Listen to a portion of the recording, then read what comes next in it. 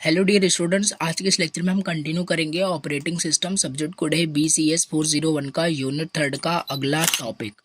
देखिए, आज के इस लेक्चर में हम देखेंगे मल्टी लेवल क्यू शेड्यूलिंग क्या होता है and multi level feedback queue scheduling क्या होता है। इंपॉर्टेंट लेक्चर है, पूछा जा सकता है एग्जाम में एंड कंसेप्ट को हम समझेंगे बहुत ही इजी वर्ड में, समझ में आ जाएगा मल्टी लेवल क्यू शेड्यूलिंग का क्या मतलब है, multi level feedback queue scheduling का क्या मतलब है। ठीक है, चलिए स्टार्ट करते हैं। स्टार्ट करने से पहले छोटी सी रिक्वेस्ट है, चैनल पे अगर फर्स्ट टाइम विजिट किया हो तो चैनल को प्लीज़ एक सब्सक्राइब करना, बहुत ही ज़्यादा मोटिवेशन मिलता है। और कमेंट कर देना लेक्चर्स आपको कंटिन्यूसली चाहिए, देखना है या नहीं देखना है, बिकॉज आप लोग उतना ज़्यादा रिस्पॉन्स नहीं कर रहे हैं जितना एक्सपेक्ट मैं कर रहा था। एंड उसके बाद चलिए हम स्टार्ट करते हैं लेक्चर्स को एंड देखते हैं बहुत ही ईजी वर्ड में मल्टी लेवल क्यू शेड्यूलिंग क्या होता है। ठीक है, ये रहा आपका नोट्स एंड ऑलरेडी मैं आपको बता दूं, जो जितने भी प्रीवियस लेक्चर्स के नोट्स हैं सब प्रोवाइड मैंने करा दिया है व्हाट्सएप ग्रुप में, टेलीग्राम ग्रुप में, आप जाके डाउनलोड कर सकते हैं। अब यहाँ पे हमें देखना है मल्टी लेवल क्यू शेड्यूलिंग क्या होता है। देखो, आपको यहाँ पे डायग्राम दिख रहा है, ठीक है। अब इसी की हेल्प से हम समझते हैं। एंड यहाँ पे मैं पहले बता दूँ, ये एग्ज़ाम में नहीं पूछा जाएगा कि मल्टी लेवल क्यू शेड्यूलिंग बताओ। 7 मार्क्स के अंदर आपसे पूछा जा सकता है, ऐसा नहीं है। मैक्सिमम 2 मार्क्स में ये पूछा जा सकता है। इसके आगे जो मल्टी लेवल क्यू शेड्यूलिंग है वो 7 मार्क्स में पूछा जाता है। तो ये हम पहले समझते हैं। मल्टी लेवल फीडबैक की शेड्यूलिंग को समझने से पहले मल्टी लेवल की शेड्यूलिंग पता होना चाहिए।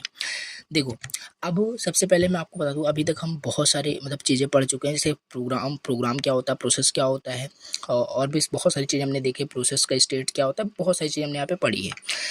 एंड प्रीवियस में हमने राउंड रोबिन शेड्यूलिंग एल्गोरिदम देखा था, जिसमें कि हम क्या करते थे, जो भी प्रोसेस हमें एलोकेट करना है उसको हम एक रेडी क्यू में क्या करते थे, सारे प्रोसेस को एक रेडी क्यू में डाल देते थे। वन बाय वन उस प्रोसेस को क्या करते थे, हम एग्जीक्यूट करते थे।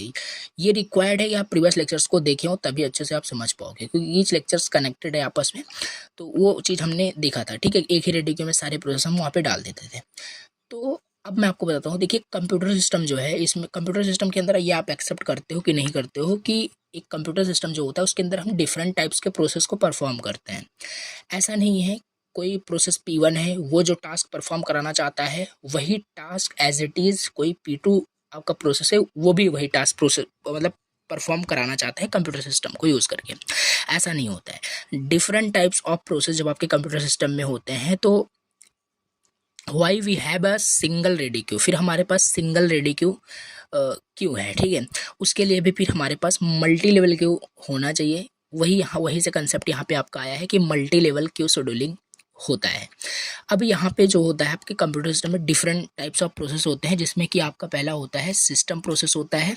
एक सेकेंड, पहला आपका सिस्टम प्रोसेस होता है, इंटरेक्टिव प्रोसेस होता है और बैच प्रोसेस होता है। देखो, वन बाय वन समझते हैं। सिस्टम प्रोसेस की जो प्रियोरिटी होती है, साइड में देख सकते हो, हाईएस्ट प्रियोरिटी होती है। यानी कि अगर कोई सिस्टम प्रोसेस रेडी क्यू में है तो उसकी प्रियोरिटी सबसे ज़्यादा है। सबसे पहले सीपीयू उसे एलोकेट होगा और सबसे पहले सीपीयू अवेलेबल उसी के लिए होगा। यानी सीपीयू को यूज़ करके अपना जो भी टास्क है, जो भी सिस्टम प्रोसेस है, वो एग्जीक्यूट पहले हुआ, कहने का केवल इतना मतलब है। तो यहाँ पे क्या है, सिस्टम प्रोसेस हम किसे बोल सकते हैं। सिस्टम प्रोसेस जैसे मान लो कोई इंटरप्ट जनरेट हुआ, ठीक है। तो इंटरप्ट जनरेट हुआ, इंटरप्ट एक सिस्टम प्रोसेस है तो उसकी प्रायोरिटी सबसे ज़्यादा है। तो उसे पहले वहाँ पे सीपीयू एग्जीक्यूट करेगा, ठीक है। तो ये हो गया। अब डिफरेंट जो प्रोसेस आपका है, ये डिफरेंट शेड्यूलिंग एल्गोरिदम्स को भी फॉलो कर सकते हैं। जैसे सिस्टम प्रोसेस आपका राउंड रोबिन फॉलो कर रहा है, ठीक है।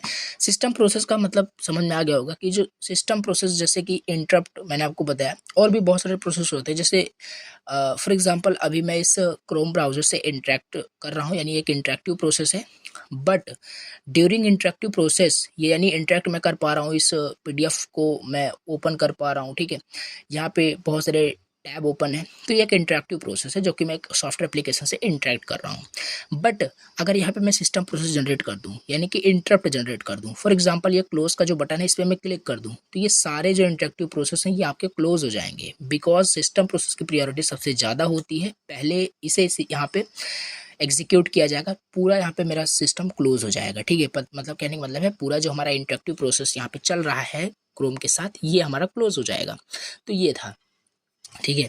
देखिए, इसके बाद आपका इंटरेक्टिव प्रोसेस होता है, ये इसकी प्रायोरिटी मीडियम होती है। जैसे कि अभी ये जो आपका चल रहा है ये इंटरेक्टिव प्रोसेस ही है, और ये एसजीएफ को फॉलो कर सकता है, मतलब डिफरेंट हो सकता है, ऐसा नहीं ये सेट ही है। ठीक है, तो लोवेस्ट प्रायोरिटी सबसे ज़्यादा बैच प्रोसेस की होती है। लोवेस्ट प्रायोरिटी सबसे ज़्यादा बैच प्रोसेस की होती है। बैच प्रोसेस का मतलब है जैसे कोई बैकग्राउंड प्रोसेस हो गया, ठीक है, जिसको उतना ज़्यादा रिक्वायरमेंट नहीं है सीपीयू की, यानी उसकी प्रायोरिटी लो है। तो ये हो गया सिंपल। तो यहाँ पे केवल हमें इतना यही समझना था कि मल्टी लेवल क्यों शेड्यूलिंग आया, क्यों, क्या रिक्वायरमेंट था।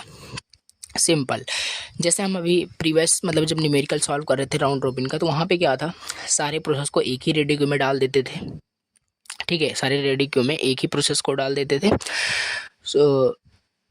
तो वहाँ पे क्या होता था कि अब यहाँ पे आपका प्रॉब्लम क्रिएट होता है जिसे बोलते हैं स्टारवेशन। देखो मैं आपको पहले फिर से बताऊँ, कन्फ्यूज़न क्रिएट नहीं करना है। ठीक है, देखिए सिंपल, जैसे ये आपका मान लीजिए आपका कोई रेडी क्यू था। ठीक है, ये आपका क्या था, मान लीजिए रेडी क्यू आपका है, एक सेकंड, ये आपका क्या है, रेडी क्यू। ठीक है, अब सिंपल यहाँ पे आपको जैसे कोई प्रोसेस मान लीजिए आपको एग्जीक्यूट करना था। ठीक है, तो आप सारे रेडी क्यू में सारे प्रोसेस को यहाँ पे डाल देते थे। सारा प्रोसेस यहाँ पे आप रेडी क्यू में डाल देते थे।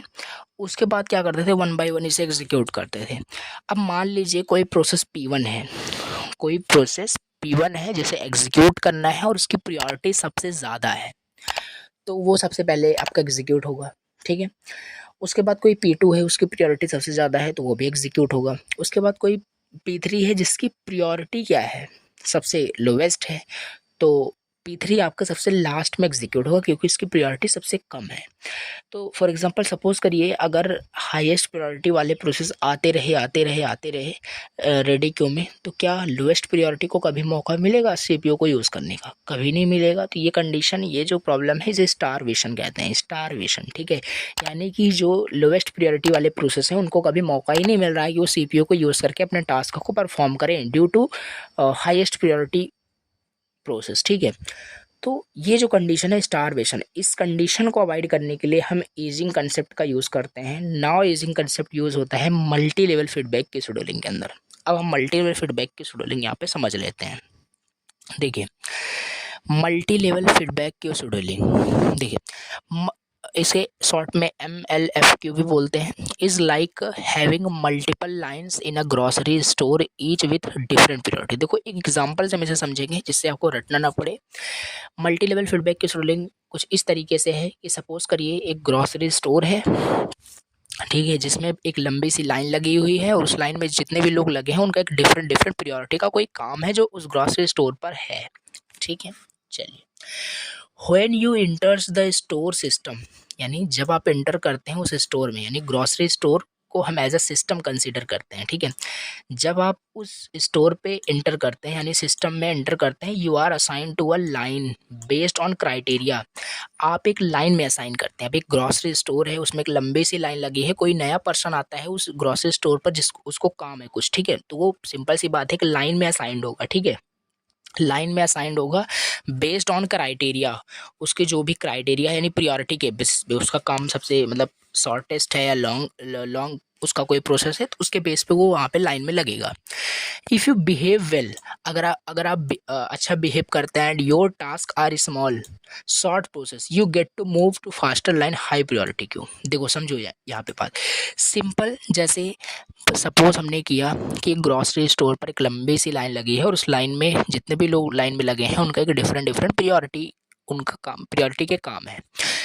तो जब आप उस सिस्टम यानी स्टोर पर एंटर करते हैं तो आप एक एज अ लाइन में असाइंड होते हैं, एक रेडी क्यू में असाइंड होते हैं बेस्ड ऑन योर क्राइटेरिया कि आपका क्राइटेरिया क्या, आपकी प्रायोरिटी हाईएस्ट है कि लोवेस्ट है। अब यहाँ पे देखिए यहीं पे कंसेप्ट आता है मल्टी लेवल फीडबैक की शेड्यूलिंग का। इसमें क्या होता है, अगर आपका प्रोसेस शॉर्ट है, अगर आपका प्रोसेस शॉर्ट प्रोसेस है तो आपको मतलब कि हायर प्रायोरिटी क्यू में रखा जाता है। ठीक है, हायर प्रायोरिटी क्यू में रखा जाता है आपके प्रोसेस को एग्जीक्यूट करने के लिए फास्टर।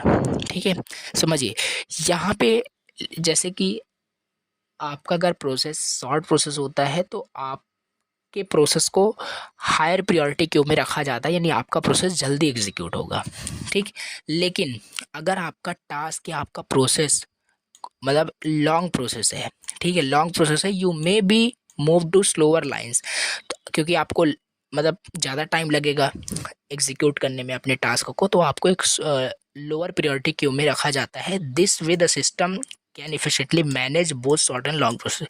इससे क्या हुआ, देखो यहाँ पे क्या है, मान लेते हैं कोई P1 आपका कोई प्रोसेस है जिसका जो प्रोसेस है वो शॉर्ट प्रोसेस है, ठीक है। उसके बाद कोई P2 है, उसका प्रोसेस क्या है, लॉन्ग प्रोसेस है। अब दोनों को CPU चाहिए अपना काम करने के लिए, तो जो P1 प्रोसेस है जो कि शॉर्ट प्रोसेस है उसको हायर प्रायोरिटी क्यू में रखा जाएगा, और जो P2 है जिसे मतलब लोवेस्ट प्रायोरिटी है बट उसको जो काम CPU को यूज़ करना होगा वो लॉन्ग टाइम तक करना होगा, क्योंकि उसका एक लॉन्ग प्रोसेस है। तो क्या होगा कि P2 को लोअर प्रायोरिटी क्यू में रखा जाएगा। सपोज करिए अगर पहले P2 को CPU एलोकेट कर दिया जाए, CPU को P2 को दे दिया जाए, तो P2 ही यूज़ करता रहेगा, और जिसकी प्रायोरिटी हायर है वो वेट करता रह जाएगा, तो स्टारवेशन की प्रॉब्लम यहाँ पर सॉल्व नहीं हुई। तो यहाँ पे यही है कि डिफरेंट जब क्यू रहेगा, शॉर्ट प्रोसेस को हम हायर प्रायोरिटी क्यू में रखें, लॉन्ग प्रोसेस को हम लोएस्ट प्रायोरिटी क्यू में रखें, और इस तरीके से जो कंप्यूटर सिस्टम होता है ये दोनों टास्कों को, लॉन्ग एंड शॉर्ट टास्क को इफिशिएंटली मैनेज करके चलता है। ये कुछ कंसेप्ट है, ठीक है। अब ये काम कैसे करता है, हाउ इट वर्क्स, ठीक है। ये काम कैसे करता है, हाउ इट वर्क्स, सबसे पहले इसमें मल्टीपल क्यू होते हैं, there are several queues each with different priority levels. ये हमने देखा ही कि इसमें मल्टीपल क्यू है जिसमें कि सभी को असाइन किया गया है, उसकी प्रायोरिटी के बेसिस पे डिफरेंट क्यू में असाइन किया गया है। हाई प्रायोरिटी, देखिए यहाँ पे लिखा है high priority Q for short and quick process, जिसका प्रोसेस काफ़ी क्विक है, जो कि काफ़ी शॉर्ट है, उन्हें हाई प्रायोरिटी मतलब क्यू में रखा गया है। लो प्रायोरिटी क्यू में लॉन्गर प्रोसेस को यहाँ पे रखा गया है, और जो इंटेंसिव प्रोसेस है जिसके मतलब ज़्यादा टाइम लगेगा एग्जीक्यूट करने के लिए अपने टास्क को।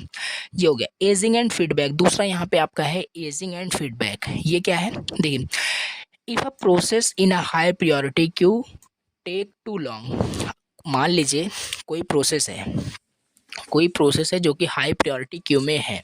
सिंपल सी बात है, अगर कोई प्रोसेस हाई प्रायोरिटी क्यू में है तो वो प्रोसेस कौन सा प्रोसेस होगा, शॉर्ट प्रोसेस होगा, यानी क्विक प्रोसेस होगा। लेकिन अगर वो ज़्यादा टाइम ले रहा है एग्जीक्यूट करने के लिए, मान लेते हैं कि कोई प्रोसेस है जो कि हाई प्रायोरिटी क्यू में है, बल्कि वो शॉर्ट प्रोसेस तो है बट वो फिर भी टाइम ले रहा है। देखो ऐसा हो सकता है जैसे मान लीजिए यहाँ पे कोई आपका ATM मशीन है, ठीक है, ATM मशीन है, यहाँ पे बहुत सारी लंबी लाइन लगी है। सपोज करना, देखिए बहुत अच्छे समझ में आएगा, लंबी सी लाइन लगी है, यहाँ पे कोई पर्सन आता है, एंटर करता है और बोलता है मुझे बहुत ही ज़्यादा मतलब ज़रूरत है पैसों की, मुझे पैसे निकालने हैं जल्द से जल्द, यानी उसकी प्रायोरिटी क्या है, सबसे हाईएस्ट है और उसका शॉर्ट प्रोसेस है, जल्दी वो पैसा निकालेगा तुरंत चला जाएगा, ठीक है, तो उसे हायर प्रायोरिटी क्यू में रखा जाएगा। यानी ये पर्सन सबसे पीछे नहीं लगेगा, इसे अरेंज करके सबसे आगे लगा दिया जाएगा, और ये क्या करेगा, अपना पैसा निकाल के तुरंत चला जाएगा, ठीक है, समझिए।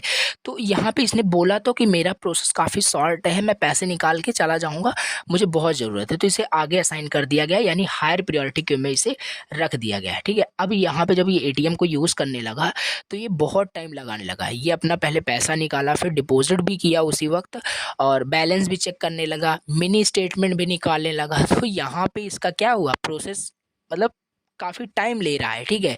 ये ATM मशीन को काफ़ी देर से यूज़ कर रहा है, जो कि काफ़ी सारे ऑलरेडी प्रोसेस या बहुत सारे जो लाइन लगी है वो वेट कर रहे हैं इसके लिए, और इसने बोला था कि शॉर्ट प्रोसेस है, बट ये तो ATM मशीन यूज़ कर रहा है लॉन्ग टाइम तक, ठीक है। तो कुछ रिलेट करिए, यहाँ पे वही लिखा है, अगर कोई प्रोसेस हायर प्रायोरिटी क्यू में, हमने देखा हाई प्रायोरिटी में वही प्रोसेस होंगे जो शॉर्ट होंगे, ठीक है, लेकिन अगर वो लॉन्ग टाइम लेता है, लॉन्ग टाइम ले रहा है अपने प्रोसेस को एग्जीक्यूट करने के लिए, तो उसे हम कहाँ पे मूव कर देते हैं, लोअर प्रायोरिटी क्यू में मूव कर देते हैं, और इस जो मूवमेंट हुआ इसे डिमोशन कहते हैं, डिमोशन, ठीक है।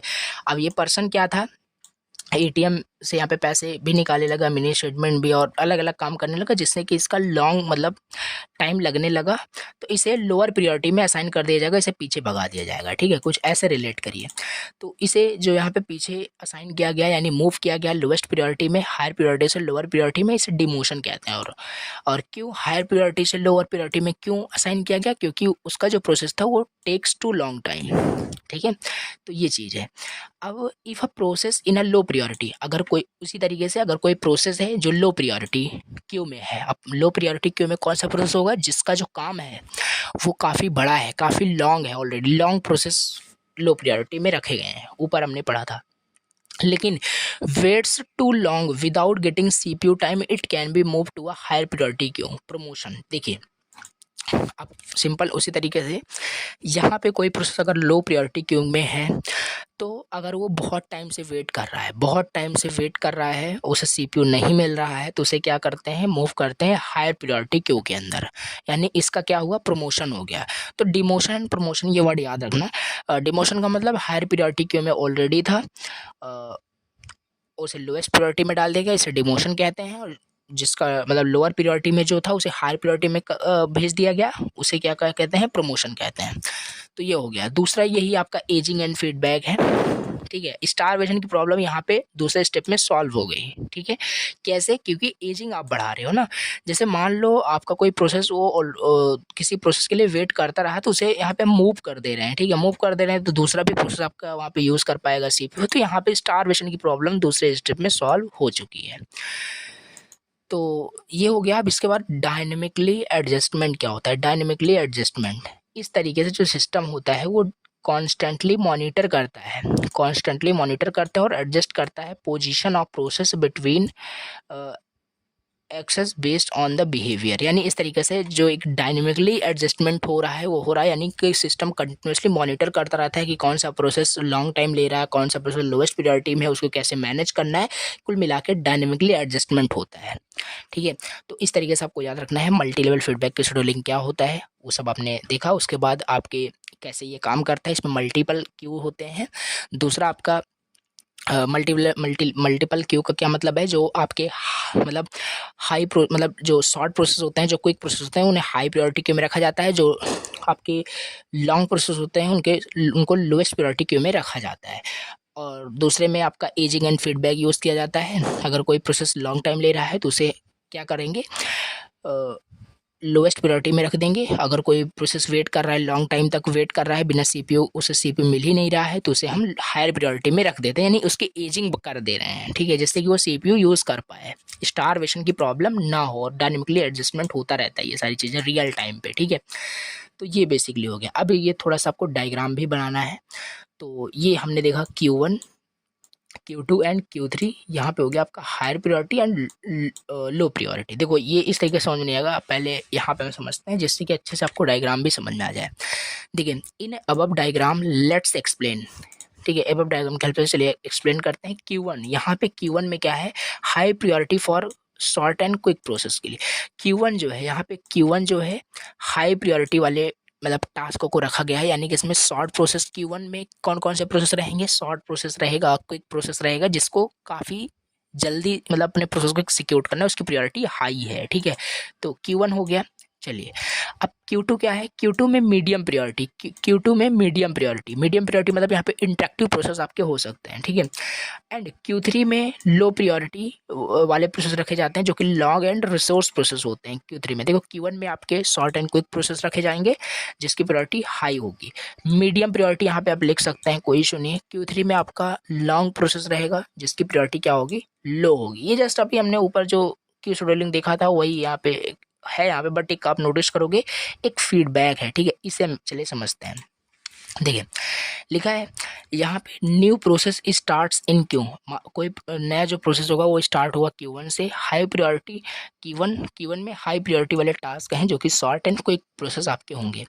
If a process takes too long, अगर कोई प्रोसेस मतलब ज़्यादा टाइम ले रहा है एग्जीक्यूट करने के लिए, कंप्लीट करने के लिए अपने टास्क को Q1 के अंदर, क्योंकि Q1 के अंदर केवल वही टास्क रहेंगे जो कि शॉर्ट है और क्विक है, यानी वो तुरंत ही अपना टास्क या प्रोसेस परफॉर्म करना चाहते हैं। इट इज़ मूव्ड, अगर लेकिन वो लॉन्ग टाइम ले रहा है तो उसे मूव कर देंगे Q2 के अंदर। देखिए यहाँ पे वही है, फीडबैक यही है यहाँ पे। मान लीजिए यहाँ पे कोई P1 P2 P3 कोई आपका टास्क था जो कि आपका शॉर्ट प्रोसेस है। P1 एग्जीक्यूट होना स्टार्ट हुआ बट P1 लॉन्ग टाइम ले रहा है। P1 लॉन्ग टाइम ले रहा है तो इसका मतलब है P2 फिर वेट कर रहा होगा ना। तो P1 अगर लॉन्ग टाइम ले रहा है तो P1 को हम मूव कर देंगे, क्योंकि P1 की प्रायोरिटी हायर नहीं है, यानी P1 आपका शॉर्ट प्रोसेस नहीं है, क्योंकि वो लॉन्ग टाइम ले रहा है। तो उसे हम मूव कर देंगे कहाँ पे, Q2 के अंदर उसे हम मूव कर देंगे। ठीक है, फिर यहाँ पे आपका P2 एग्जीक्यूट होना स्टार्ट हो जाएगा। अगर P2 भी लॉन्ग टाइम लगाता है तो P2 को भी यहाँ पे हम कर देंगे। तो इस तरीके से यहाँ पे आपका फीडबैक यहाँ पे हो रहा है। तो यहाँ पे लिखा है new process starts in Q1 higher priority, if a process takes too long to complete in Q1 it is moved to Q2, similarly it moves to Q3। तो ये इस तरीके से होता है। अब मान लीजिए Q2 में उसे मूव किया गया, अब Q2 में भी आपका टाइम लगा रहा है तो उसे Q3 में मूव कर दिया जाएगा, तो लोवेस्ट प्रायोरिटी में सबसे वो आ जाएगा। But most of the case में ऐसा होता है, अगर Q1 हायर प्रायोरिटी वाले टास्कों को मतलब के लिए बना है, यानी रेडी क्यू है, तो उसमें शॉर्ट प्रोसेस के प्रोसेस होंगे तो वो इंस्टेंटली शॉर्ट प्रोसेस अपना एग्जीक्यूट करके दूसरे प्रोसेस को वहाँ पे चांस मिल जाएगा। बट अगर वो लॉन्ग टाइम लेता है तो उसे मूव कर दिया जाएगा Q2 के अंदर, and similarly so on Q3 Q4 जितने भी वहाँ पे मल्टीपल क्यू आपके हो सकते हैं। If a process in a lower priority queue, देखिए अगर प्रोसेस आपका लोअर प्रायोरिटी क्यू में, अगर प्रोसेस आपका लोअर प्रायोरिटी क्यू में है और वो बहुत देर से वेट कर रहा है CPU को लेने के लिए, तो उसे हम कहाँ पे मूव कर देंगे, हायर प्रायोरिटी क्यू में मूव कर देंगे, प्रिवेंट करने के लिए स्टारवेशन को। देखिए लोवेस्ट प्रायोरिटी में मान लो कोई प्रोसेस है जो कि लॉन्ग प्रोसेस है, अगर ये काफ़ी टाइम से वेट कर रहा है, काफ़ी टाइम से क्या कर रहा है, वेट कर रहा है CPU के लिए, तो इसे हम मूव कर देंगे कहाँ पे, हायर प्रायोरिटी वाले क्यू में मूव कर देंगे, Q2 में मूव कर देंगे।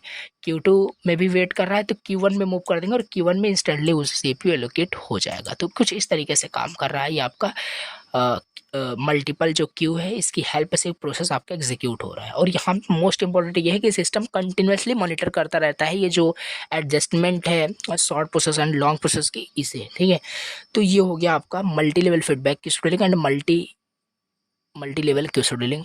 दोनों में मतलब एज अ डिफरेंस भी आप समझ सकते हो, और इम्पॉर्टेंट आपका multi level feedback queue scheduling है। इसे ही एग्जाम्पल के से आप समझोगे तो अच्छे समझ में आएगा। एक बार इसे आप खुद से अगर अच्छे समझ में नहीं आया तो रिवर्स करके आप लेक्चर्स को देख सकते हैं। बहुत ही मतलब अच्छे से इजी वर्ड में हमने यहाँ पे आपको बताया। अब नेक्स्ट लेक्चर के अंदर हम डिस्कस करेंगे मल्टी प्रोसेसर शेड्यूलिंग के बारे में। मल्टी प्रोसेसर शेड्यूलिंग के बाद हम यहाँ पे देखेंगे डेडलॉक के बारे में। Deadlock is the last topic of this unit. ठीक है, तो चलिए मिलते हैं नेक्स्ट लेक्चर के अंदर। Thank you so much for watching the lecture. Channel पे फर्स्ट टाइम विजिट किया तो चैनल को सब्सक्राइब करना, वीडियोस को लाइक करना। मिलते हैं नेक्स्ट लेक्चर के अंदर। Thank you so much for watching.